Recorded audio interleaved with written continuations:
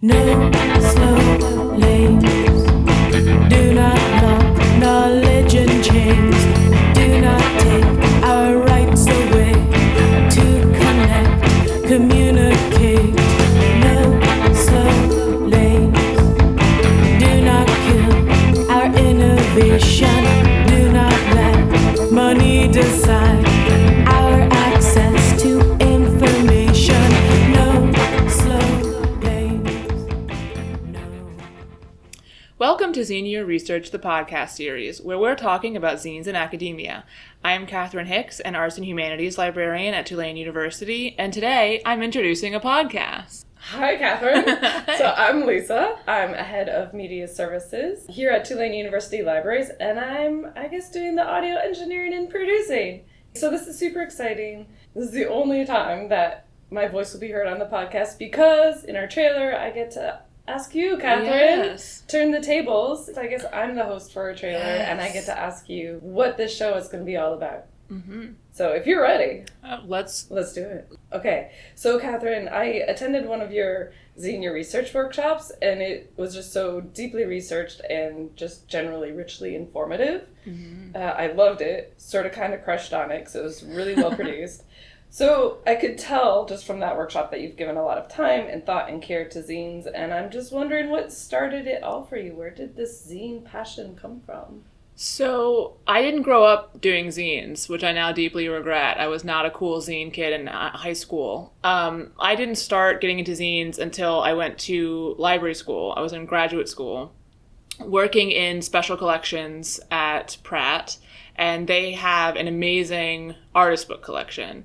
So I was falling deeply down the rabbit hole of book arts. Generally, I am an art history person. I love art, but I also love books, and the idea of books as works of art, not just things that contain works of art, was fascinating to me. So I spent a lot of time thinking about book arts and the history of book arts, and then sort of fell into zines that way. Zines are not book arts. They're not really related to them in a lot of ways, so they don't often get talked about in that sense. They tend to be thought of as something that is very separate because they tend to be very political as opposed to strictly artistic. But as we know, they cannot really separate those things, especially in times of crisis.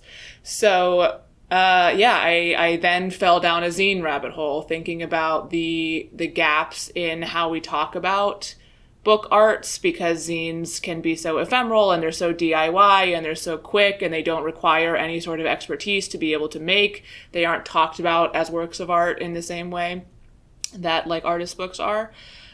So I wanted to learn more about them, and that was probably 6 or 7 years ago, and I have not looked back really since then.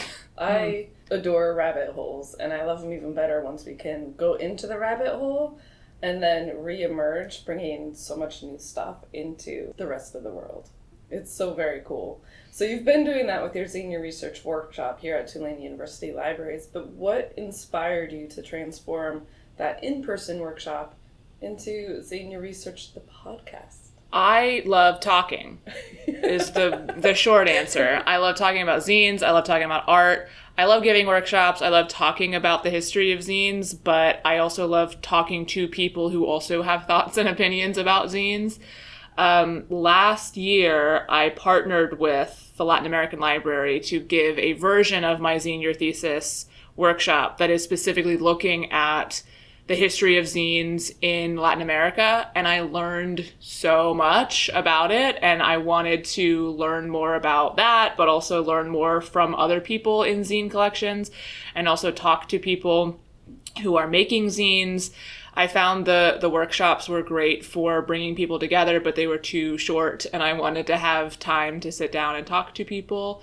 And also, Lisa, your passion for podcasts is kind of infectious. So talking to you about what a podcast can do, as opposed to something like I could record my workshop, but that is not the same thing as sitting down and being in conversation with someone who has thoughts and feelings and things that I don't know about zines that I want to learn about and talk more about and have more opinions about. Mm-hmm. That is very true. I love that. Which is also why you're the host, and I'm usually behind the mic listening, because I love to listen.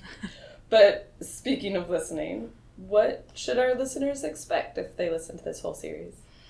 I think it's going to be very varied. I think we got a really great variety of people. We're sort of starting with the more traditional, the history of zines in the Western sense that I think people who are familiar with zines might be more familiar with, thinking about like the 1960s and countercultural movements, going into feminist and queer zines and Riot Girl and things like that. But then going into a more global perspective, we're going to have an amazing episode on zines in Latin America and why that is maybe even a limiting term when it comes to talking about non-traditional publication in Latin America. But I also loved talking to people who are not necessarily looking at a specific zine collection, people who are making zines. Our conversation with Erin about thinking more critically about zines, I think is going to be an amazing episode. I think regardless of how much zine knowledge you currently have, there is going to be something thought-provoking and interesting and something you've not heard or thought before. That's the hope. That was absolutely true for me. Being in the room and listening to all these conversations, for me, there are many interesting things that came up. But for you, you've been in zines much longer than I have, and I'm very curious to know if there was like one thing or a comment or observation made that really surprised you or opened a new window of insight. Yeah, I think I have approached zines from an arts background for most of my time. And even in my time looking at zines, even in getting into how different cultures produce zines in different ways, I always sort of approach it from an arts and humanities background because that's who I am. So talking to science people has been fascinating and so much fun for me.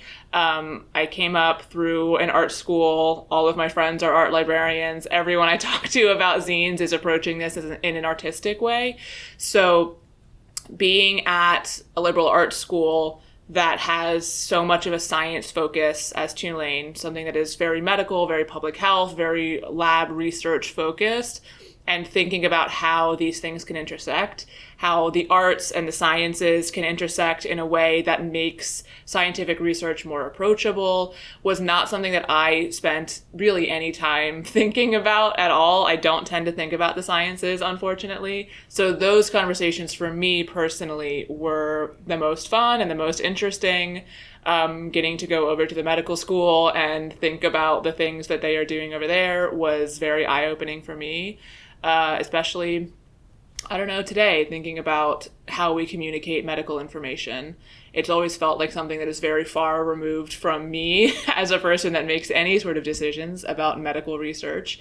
But thinking about what zines can bring to that conversation and what science and public health can bring into the zine conversation, I think was great for me, personally.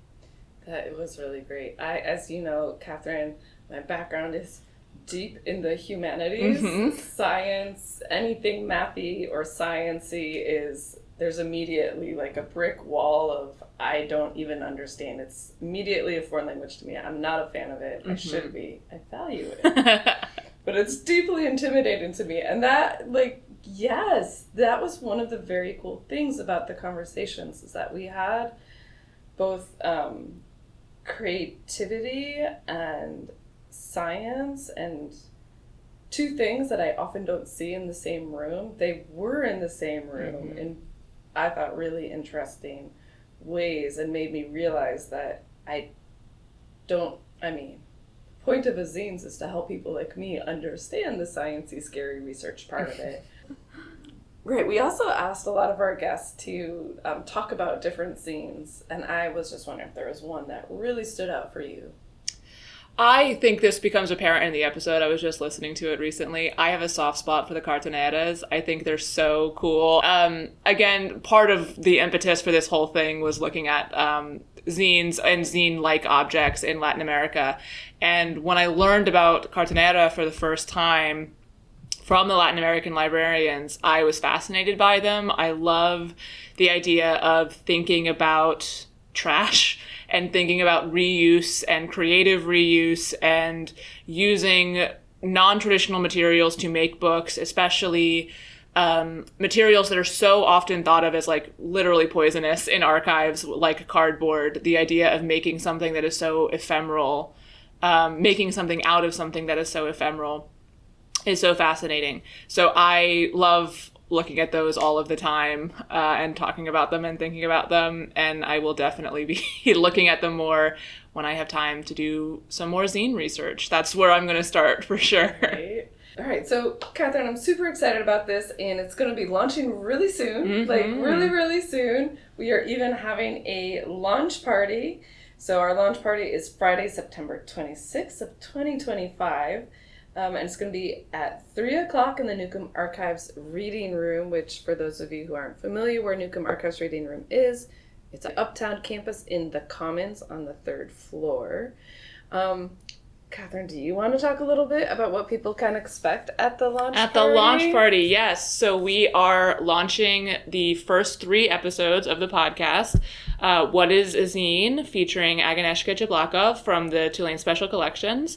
The Zines as Feminist Pedagogy, featuring Bernadette Floresca and Ellie Gherkin from the Newcomb Archives and Vorhoff Collection. And Bibliodiversity in Latin America, featuring Teresa Clifton. I don't have a favorite of those 3. I didn't mean to emphasize the last one more so than the others. Representatives from those 3 archives are going to be at the event with some of the materials that they talked about in the episode. This will be a really exciting, cool opportunity to see all 3 of these collections in the same room, I believe for the first time ever. Seeing these zine collections together in conversation with each other, with experts on the collections, while you can listen to the episodes of them talking about the collections, is going to be very cool and very fun. But even if you're not a complete zine nerd like I am, there's going to be food, and the first 50 attendees are going to get custom Bluetooth earbuds. So there's going to be fun and food and zines, and it's going to be a great time. It is going to be awesome. I cannot wait. Yes. All right. Well, Katherine, thank you so much for doing this whole series with me. And I don't know, we'll see each other again at the launch party. Amazing. Yay. See y'all there. No slow lanes. Do not lock knowledge in chains. Do not take our rights away. To connect, communicate. No slow lanes. Do not kill our innovation.